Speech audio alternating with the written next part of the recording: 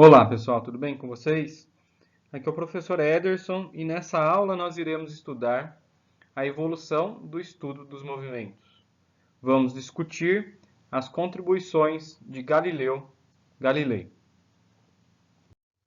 O primeiro cientista a elaborar uma teoria sobre os movimentos foi Aristóteles, que viveu 384 anos antes de Cristo a 322 anos antes de Cristo. Aristóteles explicava os movimentos de maneira teórica, no plano das ideias. Para ele, os corpos eram compostos de 4 elementos fundamentais: a terra, a água, o ar e o fogo, que obedeciam uma certa ordem. Ele também falava sobre os movimentos e classificava-os em natural ou violento. O movimento natural ele depende da composição do material. Então vamos pensar num vaso de barro. Se eu pego um vaso de barro, que é o barro composto de água e terra, e elevo ele no ar. Ao soltá-lo, como ele é composto de água e terra, os componentes desse material, desse vaso, tendem a voltar para o seu local de origem. Outro exemplo que nós podemos dar aqui, uma folha. Pego uma folha de árvore e vou queimá-la. Ao queimá-la, nós sabemos que a fumaça ela vai subir. Então, isso também é um movimento natural, uma vez que o fogo está acima do ar na composição dos elementos. O movimento violento é aquele movimento que vai contra o movimento natural. Então, são os casos que não obedeciam à regra do movimento natural.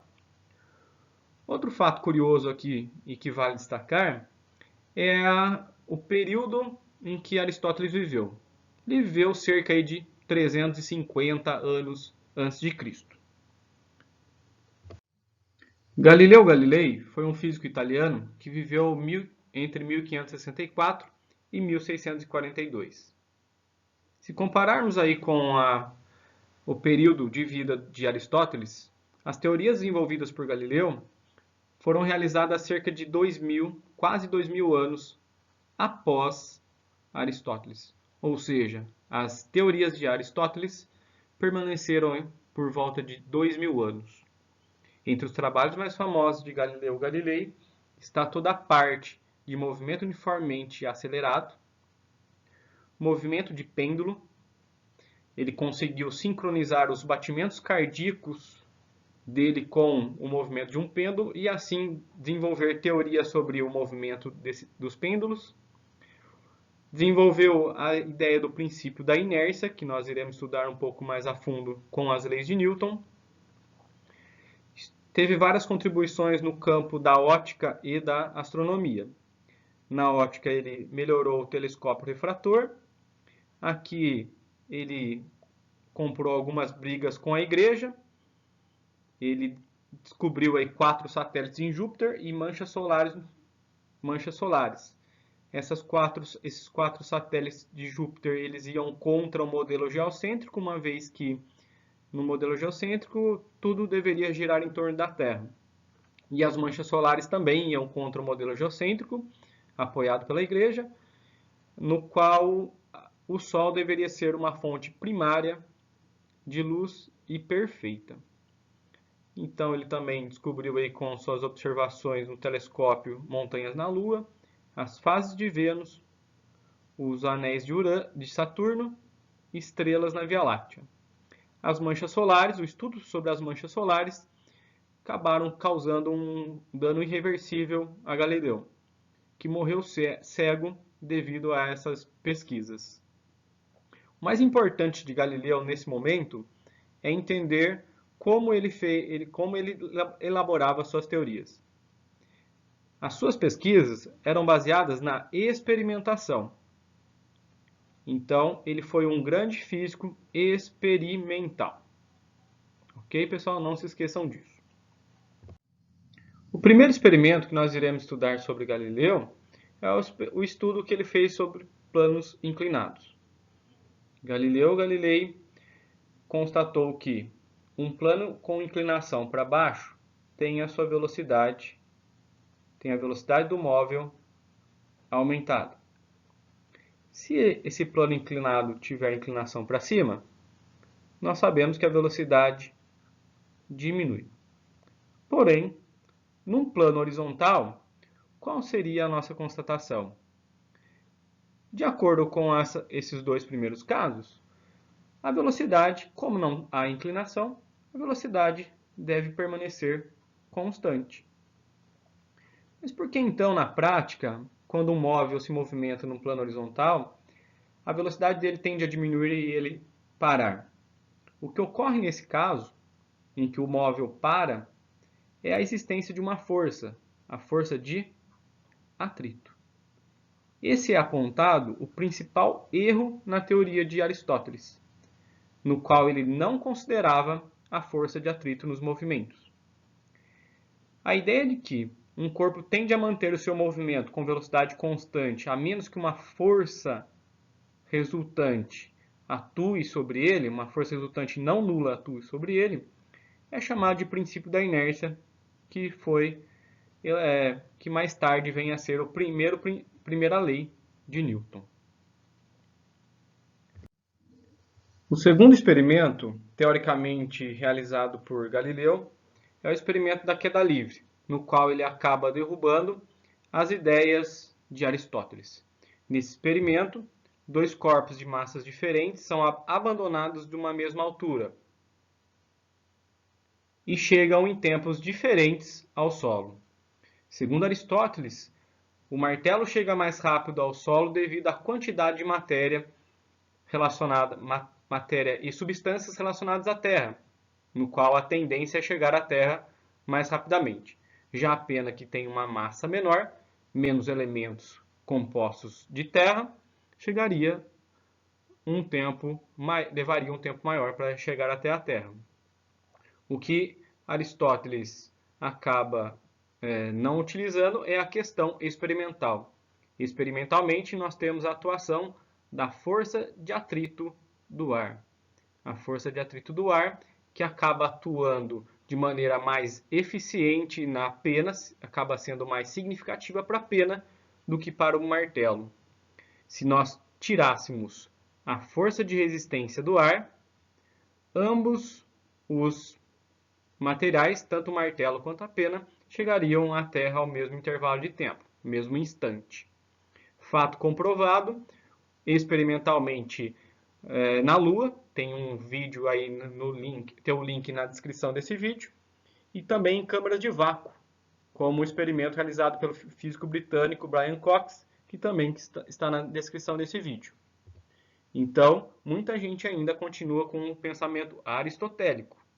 Porém, nós devemos lembrar que o tempo de queda de um corpo ele não vai depender da sua massa. O que pode influenciar no tempo de queda de um corpo é a atuação de uma força resultante, uma força de atrito. Outro trabalho experimental de Galileu Galilei relacionado ao plano inclinado está no estudo das distâncias percorridas e da aceleração desses móveis em movimento uniformemente variado. Ele tinha uma certa dificuldade em medir o tempo de movimento desses objetos, então para isso ele desenvolveu um cronômetro baseado em água, na contagem de gotas que caem. E com isso ele conseguiu determinar valores de distâncias e acelerações.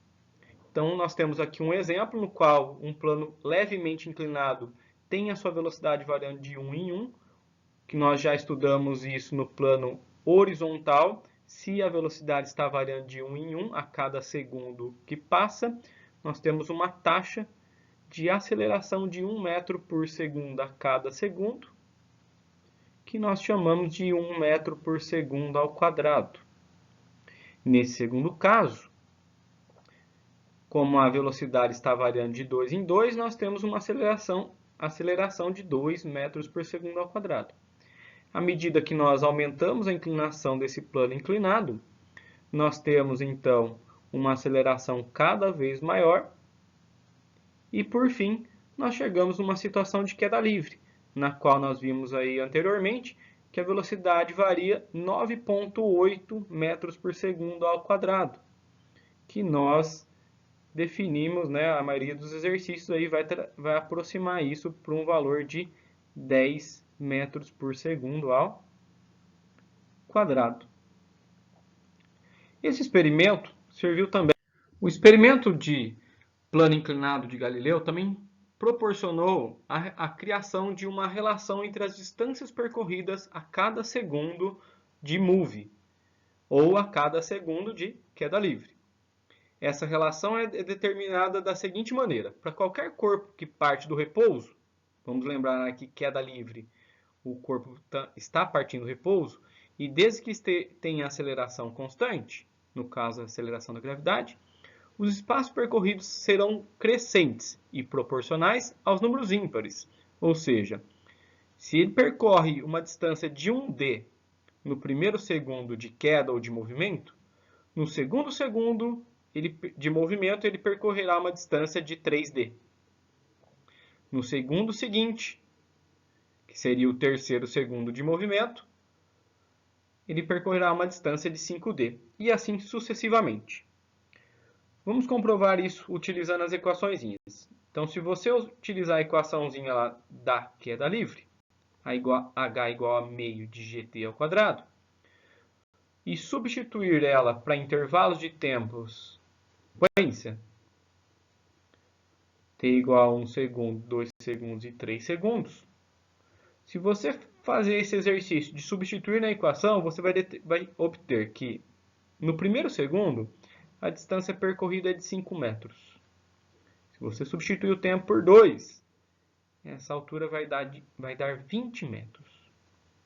E por 3, a altura vai dar 45 metros. Isso quer dizer que no primeiro intervalo de tempo, no primeiro segundo, a distância percorrida foi 5 metros. Durante o segundo, ela saiu dos 5 metros e foi ao 20. Então, aqui ela percorreu 15 metros. Então, durante o segundo, ela percorreu 15 metros.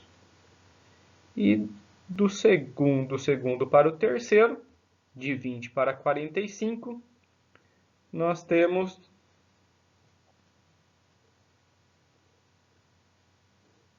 25 metros.